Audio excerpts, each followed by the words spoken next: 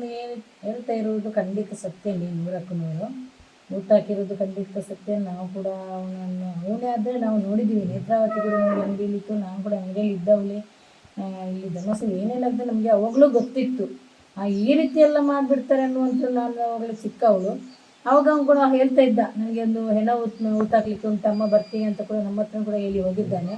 ಅವನಾದರೆ ಖಂಡಿತ. ಇವಾಗ ನಾವು ಮುಖ ಪರಿಚಯ ನೋಡಿಲ್ಲ ಅವನನ್ನು. ಇವಾಗ ಅಲ್ಲಿ ಆದಷ್ಟು ಎಷ್ಟು ಆಗಿದೆಯೋ ಅದಕ್ಕೆ SIT ತನಿಖೆಗೆ ಬಿಟ್ಟಿದ್ದಾರೆ ಸರ್ಕಾರ.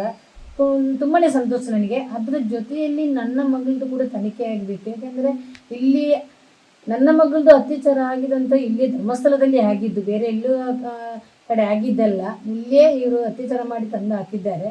ಅದಕ್ಕೆ ನಾವು ಇಲ್ಲಿ ಏನು ಅಷ್ಟೊಂದು ಅತ್ಯಾಚಾರ ಮಾಡಿದವರು ಕೂಡ ನನ್ನ ಮಗಳ ಇದರಲ್ಲಿ ಅವರೇ ಇದ್ದವರು. ಅದಕ್ಕೆ ಅದರ ಜೊತೆಯಲ್ಲಿ ನನ್ನ ಮಗಳದ್ದು ತನಿಖೆ ಆಗಬೇಕಂತ ನಾನು ಇವತ್ತು ಸರ್ಕಾರಕ್ಕೆ ಕೇಳ್ತಾ ಇದ್ದೀನಿ.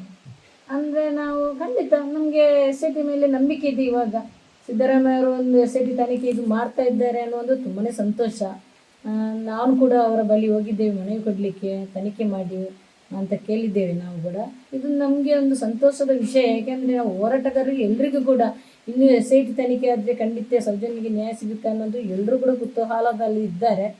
ಇದರಲ್ಲಿ ಜೊತೆ ನಮಗೆ ಅವರ ಮೇಲೆ ನಂಬಿಕೆ ಇದೆ. ಖಂಡಿತವಾಗಿ ಇವರು ಒಂದು ಒಳ್ಳೆ ರೀತಿಯಲ್ಲಿ ತನಿಖೆ ಮಾಡಿದರೆ ಇದರಲ್ಲಿ ಎಲ್ರಿಗೂ ಇಲ್ಲಿ ಆದಂಥ ಎಲ್ಲ ಮಕ್ಕಳಿಗೂ ಕೂಡ ನ್ಯಾಯ ಸಿಗುತ್ತೆ ಅನ್ನೋಂಥ ನಾನು ನಂಬಿಕೊಂಡು ಬಂದಿದ್ದೇನೆ.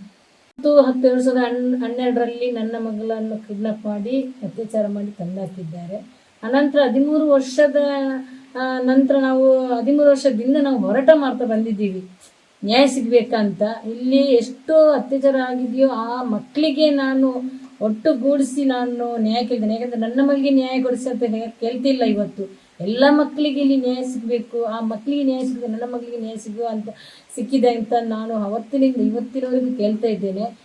ಅಂದರೆ ಈಗ ಮೊನ್ನೆ ಪರಮೇಶ್ವರ್ ಹೇಳಿದ್ದಾರೆ, ಇದು ಸೌಜನ್ಯ ಕೇಸು ನಮಗೆ ಬರ್ತಾ ಇಲ್ಲ, ನಾವು ಅದು SITಗೆ ಕೊಡಲಿಕ್ಕೆ ಆಗೋದಿಲ್ಲ, ಅಲ್ಲಿ ಆದಂಥದನ್ನು ಎಲ್ಲ ತನಿಖೆ ಮಾಡುವುದಂತ ಮೊನ್ನೆ ಒಂದು ಅವರು ಮಾತು ಇದು ಯಾವುದು ಮಾಧ್ಯಮದಲ್ಲಿ ಹೇಳಿದ್ದಾರೆ.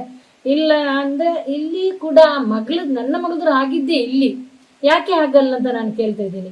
ಸರ್ಕಾರ ಇದನ್ನು ಕೂಡ ಜೊತೆಯಲ್ಲಿ ತನಿಖೆ ಮಾಡಬೇಕಂತ ನಾನು ಸರ್ಕಾರಕ್ಕೆ ಕೇಳ್ತಾ ಇದ್ದೀನಿ. ನೋಡಬೇಕು ಇನ್ನು ಯಾವ ರೀತಿಯಲ್ಲಿ ತನಿಖೆ ಮಾಡ್ತಾರೆ ಅನ್ನುವಂಥದ್ದು ನೋಡಬೇಕು ನಾವು. ಯಾಕೆಂದರೆ ಇದರ ಮುಂಚೆ ಕೂಡ CBI ತನಿಖೆ, CID ತನಿಖೆ ಎಲ್ಲ ಕೂಡ ಮಾಡಿದ್ದಾರೆ. ಅದರಲ್ಲಿ ಯಾವುದು ಕೂಡ ನಮಗೆ ಒಂದು ರೀತಿಯಲ್ಲಿ ತನಿಖೆ ಆಗಿಲ್ಲ. ನಾವು ಇಂಥವರಿದ್ದಾರೆ ಅನ್ನುವಂಥದ್ದು ಕೂಡ ಹೆಸರು ಕೊಟ್ಟಿದ್ರೂ ಕೂಡ ಅದನ್ನು ತನಿಖೆ ಮಾಡಿಲ್ಲ. ಇದು ನೋಡಬೇಕು ಯಾವ ರೀತಿಯಲ್ಲಿ ತನಿಖೆ ಮಾಡ್ತಾರೆ ಅನ್ನುವಂಥದ್ದು ನೋಡೋಣ ಅಂತ ನಾವು ಇವಾಗ ಇದ್ದೀವಿ. ನೋಡೋಣ ಯಾವ ರೀತಿ ಮಾಡ್ತಾರಂತ. ಸುಪ್ರೀಂ ಕೋರ್ಟ್ ಮೇಲೆ ಸರ್ಕಾರದ ಮೇಲೆ ನಂಬಿಕೆ ಇಟ್ಟಿದ್ದೀವಿ ಸರ್. ನೋಡುವ ಯಾವ ರೀತಿ ಮಾಡ್ತಾರೆ ಅಂತ.